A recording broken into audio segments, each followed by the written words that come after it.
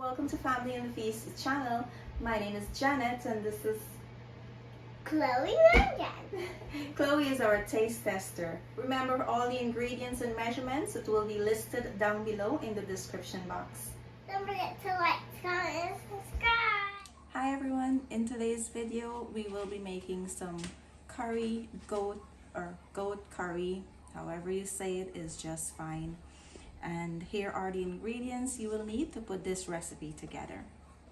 Here I have my goat already washed and seasoned with some of my green seasoning, and I also add 1 teaspoon of adobo. My other ingredients are I have some potatoes, green seasoning, onion, scallions, masala, curry powder. My masala is from the Indo-West Indian brand, and I have my curry powder, and this is Lala's curry powder. I have tomato paste, chicken bouillon, accent, complete seasoning, adobo. I have 2 bay leaf and 1 pack of Goya Sazon. I also have salt. I may not need to use the salt, but just in case I put it here so you know you may need some salt, and oil for cooking. You're also going to need some boiling hot water to cook your curry. For my green seasoning, you can make yours as you wish. You don't have to get the exact seasoning that I'm using. However, if you would like to follow my recipe for this green seasoning, I will leave the link down below in the description box as well. But I just want to put that out there that you don't need to follow my recipe. You can prepare your own the way you like it to. So guys, next step is turning your stove on to medium-high heat, and I'm going to add in about 1/4 cup of oil.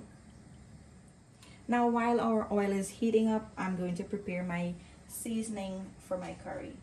Now this step is grabbing yourself a large mixing bowl, and I'm going to add in my curry powder, and I'm going to add in my masala, complete seasoning, adobo, accent, chicken bouillon, my tomato paste, green seasoning,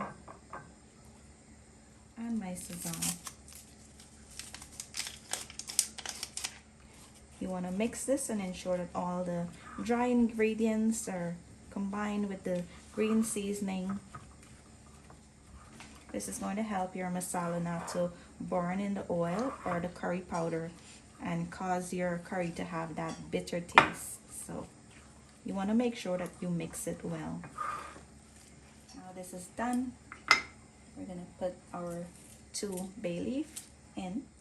So now that our oil has come up to a nice hot temperature, we're going to add in our masala.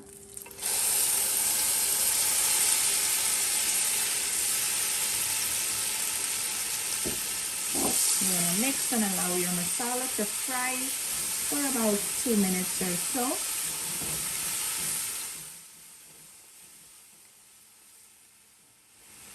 And I'm going to add in my onion as well.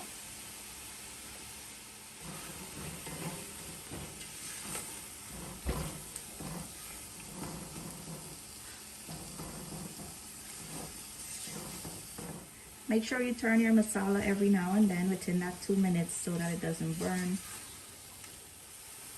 Now after that 2 minutes, you will notice that your oil is starting to separate from your masala.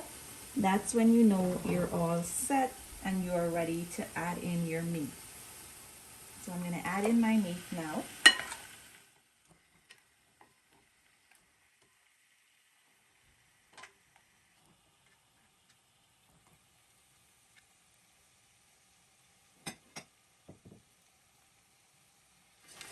And I'm going to turn this to make sure that it's all combined.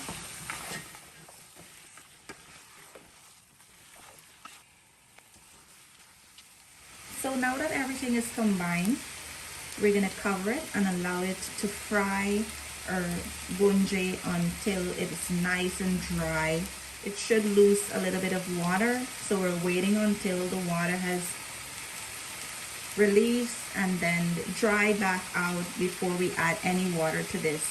In the meantime, I am going to go put my potato on to boil, so I'll show you that step. So guys, to another pot here, I'm going to add in my potato. My water is coming up to a boil, and I'm only doing this because I don't like to cook my potato in with my curry. I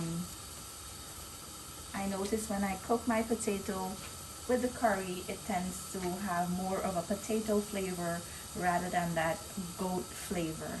I want to have that rich flavor from the goat and not the potato to overpower it. I'm also going to add in 1 teaspoon of adobo. Just remember, if you prefer to boil your potato in with the curry, that will work as well. You don't have to do it this way. This is just my way. So guys, it's been about 5 minutes since the meat is frying. We're going to check on it now and make sure that nothing is burning. And this is coming up really good. I'll give you guys the next look in a few more minutes. So guys, it has been about 15 minutes, and I just want to show you all the water that was released from the meat.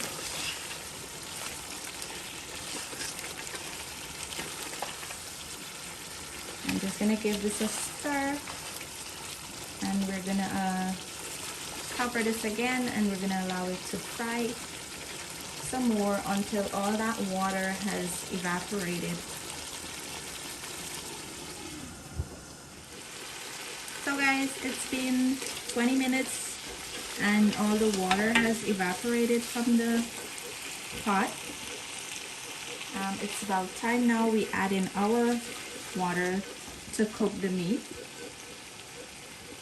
So first I'm going to add in 6 cups of water.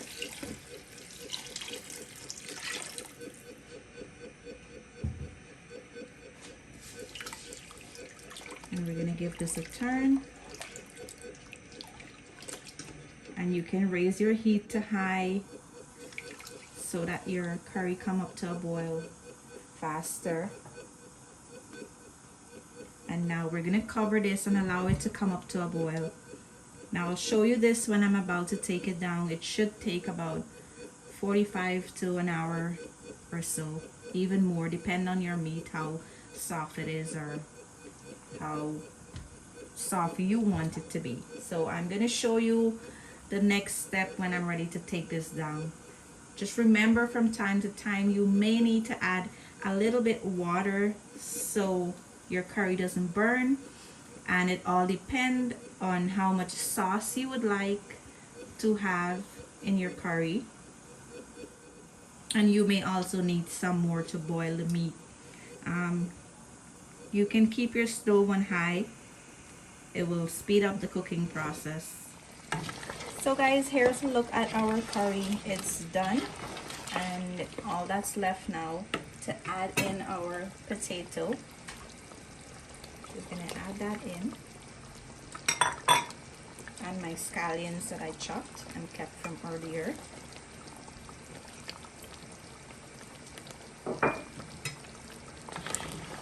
Now you just want to mix this in.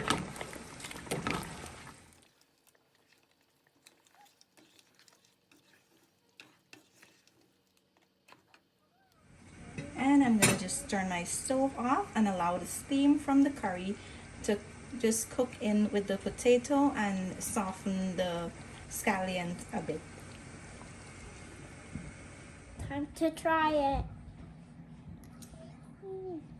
Yummy. Bye, like and subscribe.